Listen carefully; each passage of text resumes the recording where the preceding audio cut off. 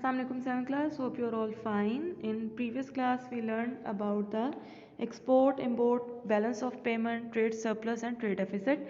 Today we will see, we will learn about euros, and we will learn that why Pakistan borrow money from rich countries and what are the main exports.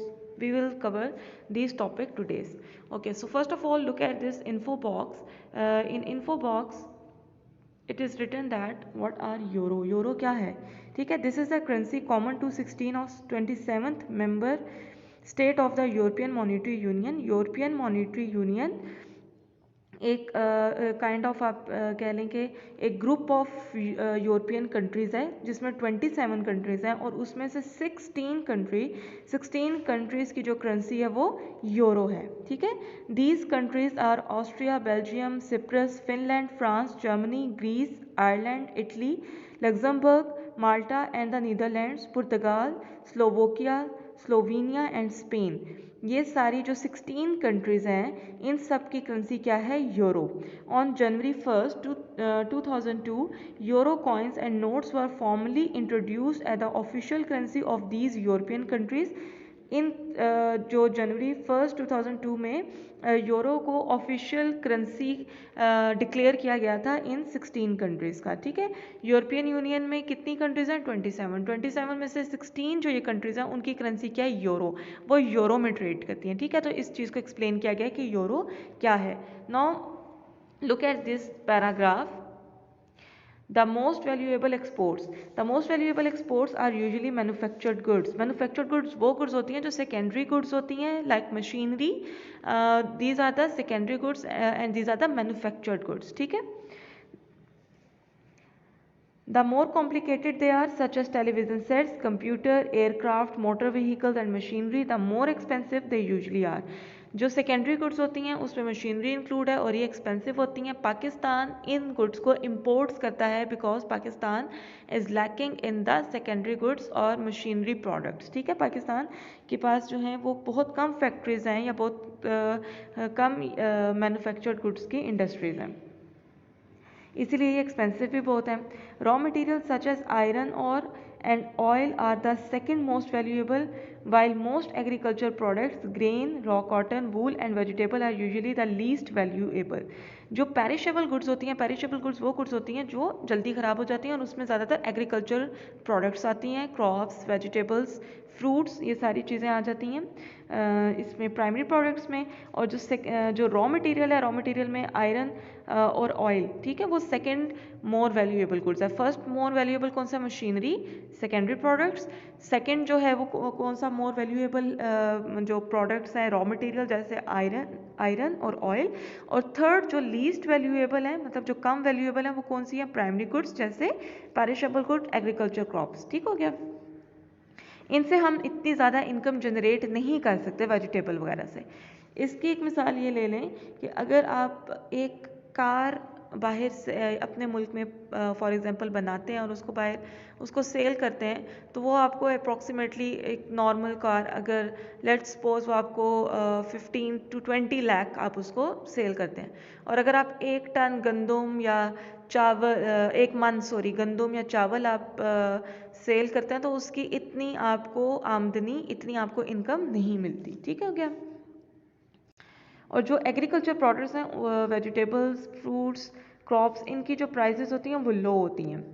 Pakistan unfortunately does not have many manufactured goods to export, but it does have many agricultural products. On the other hand, country has to buy large amount of expensive manufactured goods from overseas as well as a huge amount of oil. These are the figures of Pakistan export in 2006 in million of US dollar rounded up.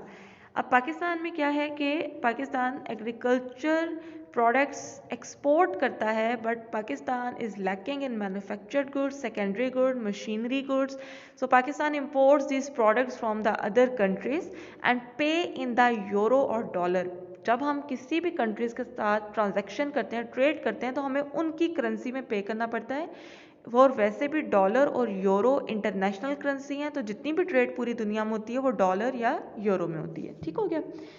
Pakistan क्या import करता है, Pakistan machinery, secondary goods और oil, gas, ये चीज़ें import करता है. These are the expensive goods.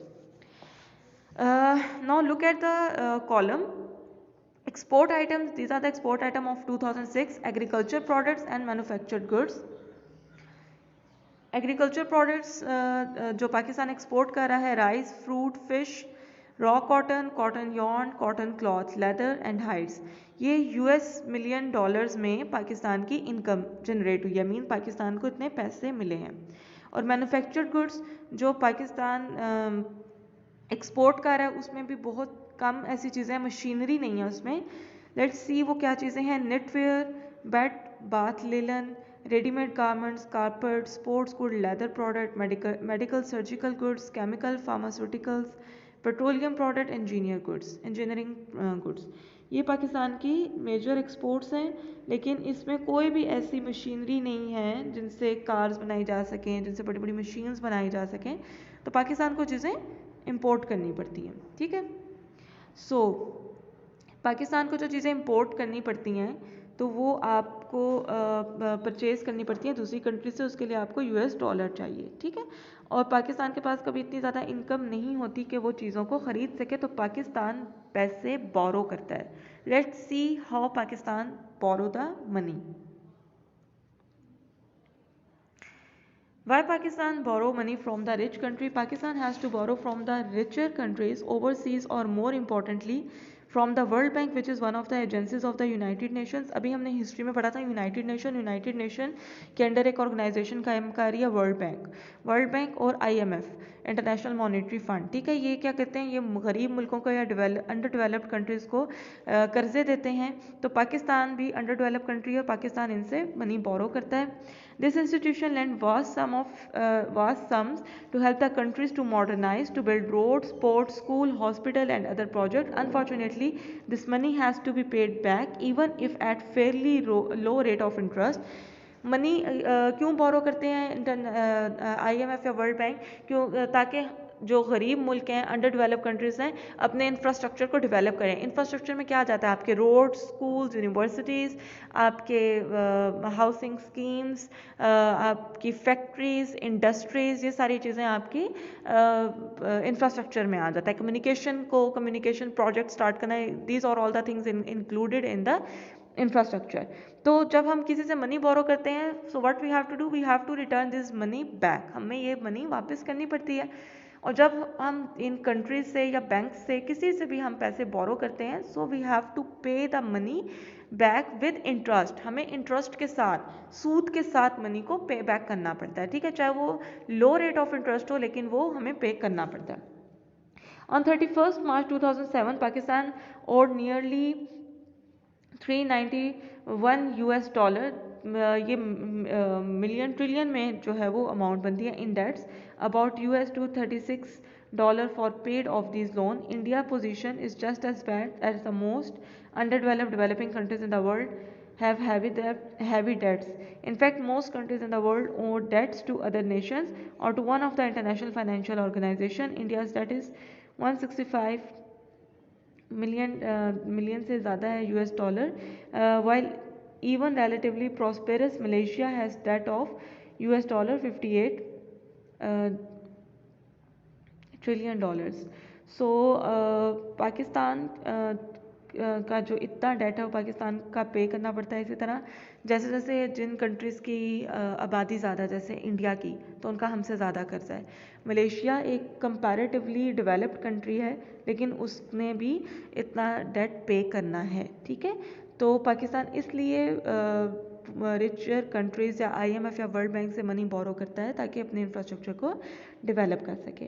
अब इनसे रिलेटेड जो भी क्वेश्चंस हैं वो मैं आपको PDF फाइल में भेज रही हूँ, आपने करने हैं। आपने देखा होगा कि मैंने वीडियो में आप देखें कि व्हाट आर द यूरोस, पहले यहाँ से इसका व्हाट आर यूरोस का यहाँ से लेकर यहाँ तक आंसर है, और फिर उसके बाद यहाँ से यहाँ तक हम आंसर को मेंशन करेंगे, ठीक है। इसी तरह जब आप सेकंड क्वेश्चन करेंगे, why Pakistan borrow money from the richer countries, तो उसका आंसर यहाँ से लेकर यहाँ तक है, मैंने निशान मेंशन भी किया हुआ है। तो ये आपने दोनों क्वेश्चंस करने हैं, ठीक है। यही दोनों हम क्वेश्चंस करेंगे, ये दोनों क्वेश्चन आपने अपनी नीट कॉपी पे करने हैं। Thank you, have a nice day.